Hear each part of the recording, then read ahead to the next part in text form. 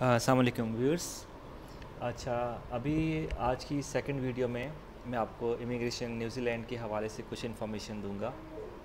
और इस वीडियो में बेसिकली मैं आपको ये बताऊंगा कि कौन कौन से ऑक्यूपेशंस ऐसे हैं कि जो न्यूजीलैंड के लिए एलिजिबल हैं और अप्लाई कर सकते हैं।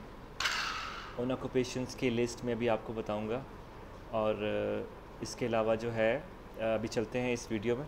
अब देखें, सबसे पहली चीज़ ये है कि जो मेन एप्लीकेंट है, जो भी न्यूजीलैंड के लिए प्लानिंग कर रहा है, अप्लाई करना चाह रहा है, थ्री फैक्टर्स हैं जिनकी बेसिस पे किसी भी एप्लीकेंट या किसी भी कैंडिडेट के पॉइंट्स कैलकुलेट होते हैं। In terms of Canada, in terms of Australia, four factors हैं: age, degree, experience and IELTS score. जबकि न्यूजीलैंड के केस में तीन फैक्टर्स ऐसे हैं कि जिनकी बेस पे पॉइंट्स बनते हैं, और उन पॉइंट्स की बेस पे ये देखा जाता है कि आपके टोटल नंबर ऑफ़ पॉइंट्स कितने बन रहे हैं। ठीक है। अब पहली चीज़ एज है। एज की बात करूं तो एज के सेपरेट पॉइंट्स हैं, डिग्री या क्वालिफ़िकेशन के सेपरेट पॉइंट्स हैं, प्रोफेशनल एक्सपीरियंस के सेपरेट पॉइंट्स हैं, और जो आइल्ट्स स्कोर है इसके कोई पॉइंट नहीं है न्यूजीलैंड के लिए। लेकिन मेन एप्लीकेंट के लिए जो स्कोर चाहिए आइल्ट्स का, वो ओवरऑल 6.5 या 7 हो। ये मेन एप्लीकेंट के लिए। और जो सेकेंडरी एप्लीकेंट है उसके केस में स्पाउस की क्वालिफ़िकेशन मास्टर्स की हो, और स्पाउस का जो आइल्ट्स है वो ओवरऑल 5 हो। ठीक है। ये बेसिकली एक समराइज्ड मैंने आपको समरी थोड़ी सी बता दिया कि मेन एप्लीकेंट की क्या क्या चीज़ें होनी चाहिए और सेकेंडरी एप्लीकेंट की क्या क्या चीज़ें होनी चाहिए न्यूजीलैंड इमिग्रेशन के लिए। ठीक है। अच्छा, अब चलते हैं पॉइंट्स कैलकुलेटर पे। अब पॉइंट्स कैलकुलेटर में आप आ जाएं तो ये है हमारी न्यूजीलैंड की वेबसाइट के जिसमें आप पॉइंट्स कैलकुलेट करते हैं कि कौन कौन एलिजिबल है न्यूजीलैंड के लिए। अब पहला इसमें जो फैक्टर है वो एज है। मैंने आपको बताया, एज पे अगर आप क्लिक करते हैं, अगर किसी कैंडिडेट की जो एज है वो 20 से 39 इयर्स की है, उस केस में एज के आपको 30 पॉइंट्स मिलेंगे। अगर एज 40 से 44 है, उस केस में आपको एज के 20 पॉइंट्स मिलेंगे। तो बेस्ट जो एज की रेंज है वो ये है जिसमें आपको एज के मैक्सिमम पॉइंट्स मिलते हैं, 30 पॉइंट्स। ठीक है। सेकंड आ जाते हैं स्किल्ड एम्प्लॉयमेंट। स्किल्ड एम्प्लॉयमेंट ये उसके लिए है कि जो लोग ऑलरेडी जो है न्यूजीलैंड में काम कर रहे हैं, आप इसको इग्नोर करें। सेकंड है I have been offered skilled employment in New Zealand, या तो न्यूजीलैंड से आपको कभी जॉब ऑफर आई हो, उसको भी आप इग्नोर करें। नेक्स्ट आप चलते हैं क्वालिफ़िकेशन पे। अब क्वालिफ़िकेशन में वो लोग कि जिनके पास मास्टर्स की डिग्री है या जिनके पास मास्टर्स की क्वालिफ़िकेशन है, उनको न्यूजीलैंड से मैक्सिमम पॉइंट्स मिलते हैं मास्टर्स के।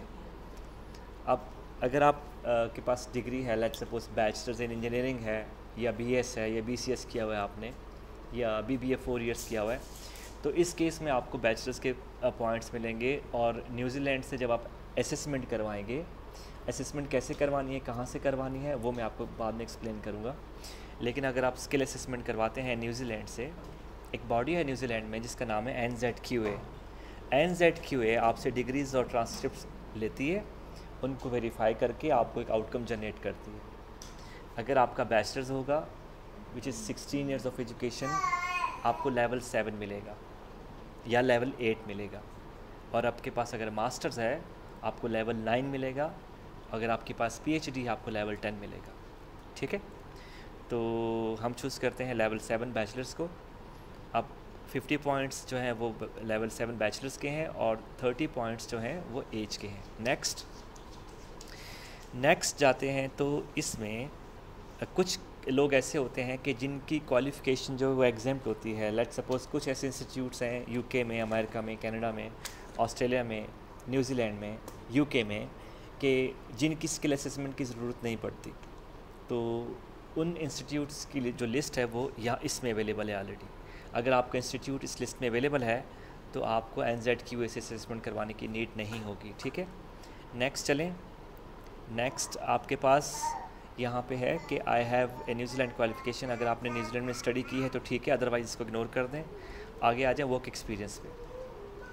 अगर आपके पास 10 इयर्स का वर्क एक्सपीरियंस है, आपने प्रोफेशनल जो एक्सपीरियंस गेन किया वो 10 साल का है, उसके आपको 15 पॉइंट मिलेंगे। अगर आपके पास एक्सपीरियंस 9 इयर्स का है तो फिर आप इस कैटेगरी में आएंगे, ठीक है। तो एक्सपीरियंस 10 इयर्स का है तो यहाँ पे 10 पे क्लिक करें, 10 और मोर 50 पॉइंट्स आपको एक्सपीरियंस के मिले। अभी तक 3 फैक्टर्स ऐसे हैं, देखें ये 3 फैक्टर्स हैं, एज, डिग्री और एक्सपीरियंस। पॉइंट अभी आपको शो हो रहे हैं यहाँ पे। टोटल नंबर ऑफ़ पॉइंट्स 130 हैं। न्यूजीलैंड के केस में अगर आपके पॉइंट्स 160 होंगे तब आपको इन्वाइट आएगा। अगर आपके पॉइंट्स 160 से लेस होंगे तो आपको इन्वाइट्स नहीं आ सकता वहाँ से, ठीक है।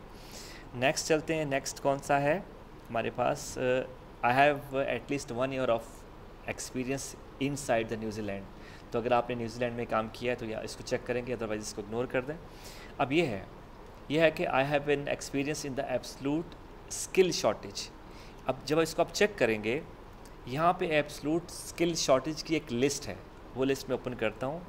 उस लिस्ट में अगर आप, ये है long term skill shortage list, इस लिस्ट में अगर आपका ऑक्यूपेशन लाई कर रहा है, अब इस लिस्ट में मोस्टली इंजीनियर्स हैं और बाकी काफ़ी सारे लोग हैं। अगर इस ऑक्यूपेशन लिस्ट में आपका ऑक्यूपेशन लाई करता है तो आप बोनस पॉइंट्स लेने के लिए एलिजिबल हैं। लेट्स सपोज ये है, I have an experience in an area of absolute skill shortage. Let's suppose अगर आपका एक्सपीरियंस 10 साल का है टेली कम्युनिकेशन में या इलेक्ट्रिकल इंजीनियरिंग में या इलेक्ट्रॉनिक्स इंजीनियरिंग में या मैकेनिकल में या सिविल में, तो आप यहाँ क्लिक करेंगे, आपको 15 पॉइंट एक्स्ट्रा मिलेंगे, ठीक है। क्यों? इसकी रीज़न ये है कि आपका जो ऑक्यूपेशन है वो इस लिस्ट में है, इस लिस्ट में MLT SSL में, ठीक है। इस लिस्ट में अगर आपका ऑक्यूपेशन होगा तो आपको मैक्सिमम बोनस पॉइंट्स मिलेंगे जो कि 15 पॉइंट है। ये मैं लिस्ट वगैरह जितने भी हैं, या मैं अपने जो वीडियो है उसके डिस्क्रिप्शन बॉक्स में मैं इनके लिंक को सेंड कर दूंगा, आप वहाँ से ले सकते हैं, या मेरे पास जो व्हाट्सअप ग्रुप है मैं उसमें शेयर कर दूंगा, आप वहाँ से ले सकते हैं। अच्छा, इसके अलावा जो नेक्स्ट हमारे पास 1 मिनट, अब आ जाते हैं पार्टनर। आपकी स्पाउस, आपकी जो वाइफ है, उनका जो आइल्स का स्कोर चाहिए वो ओवरऑल चाहिए। ओवरऑल स्कोर कितना है? इन्होंने कौन कौन से टेस्ट एक्सेप्ट कर रहे हैं? एक तो टॉफिल है, testing of English as a foreign language, एक ये है, टॉफिल को एक्सेप्ट कर रहे हैं। कैम्ब्रिज में एक एग्ज़ाम है FC, उसको एक्सेप्ट कर रहे हैं। इसके अलावा आइल्स को एक्सेप्ट कर रहे हैं। ये 3-4 एग्ज़ाम्स हैं जो कि that are acceptable for the immigration New Zealand.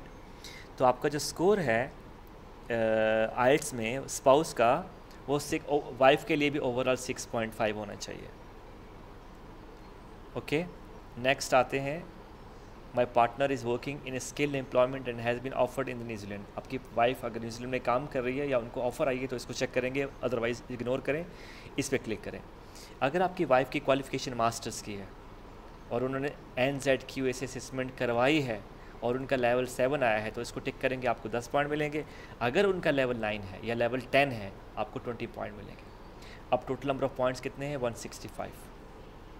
जब भी आप न्यूजीलैंड के लिए अप्लाई करेंगे, न्यूजीलैंड इमिग्रेशन के लिए, आपको इनवाइट लाजमी आएगा। अगर पॉइंट 160 भी हैं तो आपको इनवाइट लाजमी आएगा, लेकिन अगर पॉइंट्स आपके 155 है आपको इनवाइट नहीं आएगा। 2016 में न्यूजीलैंड इमिग्रेशन का जो कट ऑफ था वो 140 था, लेकिन 17 में इन्होंने कट ऑफ रेस करके 160 कर दिया। तो ये तमाम फैक्टर्स हैं जिनकी बेस पे आप अपने पॉइंट्स क्लेम कर सकते हैं इमिग्रेशन न्यूजीलैंड के लिए, ठीक है। और इस सिंपली लिंक में जो YouTube की वीडियो मैंने डाली है, इसमें आप इसको आप सुनेंगे तो आई होप कि आपको फ़ायदा होगा इससे।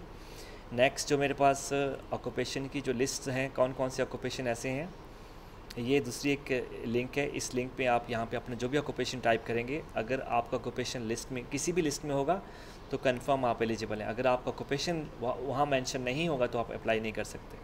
अब मेरे पास जो यहाँ पे ऑक्यूपेशन की जो लिस्ट आ रही हैं, उसमें एक long term skill shortage list है, इसमें सारे ऑक्यूपेशंस हैं, बहुत सारे ऑक्यूपेशंस हैं इसमें, ठीक है।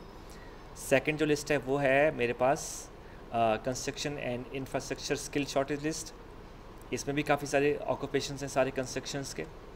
और थर्ड जो लिस्ट है मेरे पास ये और ये लॉन्ग टर्म, या ये दोनों सेम है, ठीक है। एक लॉन्ग टर्म की है और एक construction and infrastructure skill shortage list.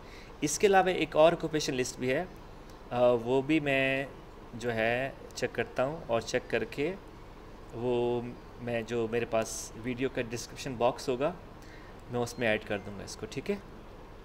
तो वो तमाम व्यूअर्स जो कि अप्लाई करना चाह रहे हैं न्यूजीलैंड के लिए वो अप्लाई करें, अपनी प्लानिंग करें, और डिग्री उनके पास है, आइल्स का स्कोर है और एक्सपीरियंस उनका है, और उनके 160 पॉइंट्स बनते हैं, then they are able to apply, और वो अप्लाई कर सकते हैं। और उनको सबसे पहले न्यूजीलैंड से अपनी स्किल असेसमेंट करवानी होगी NZQA से। स्किल असेसमेंट जो फ़ीस है मैं उसका लिंक भी आपको दे देता हूँ, ये उसका लिंक है, ये बॉडी है जो कि आपकी डिग्रीज़ को एक्सेस करेगी, और डिग्रीज़ को एक्सेस करके आपको एक आउटकम देगी, ठीक है। ये उसका लिंक है, यहाँ पे लॉगिन पे क्लिक करेंगे तो अकाउंट क्रिएट करेंगे,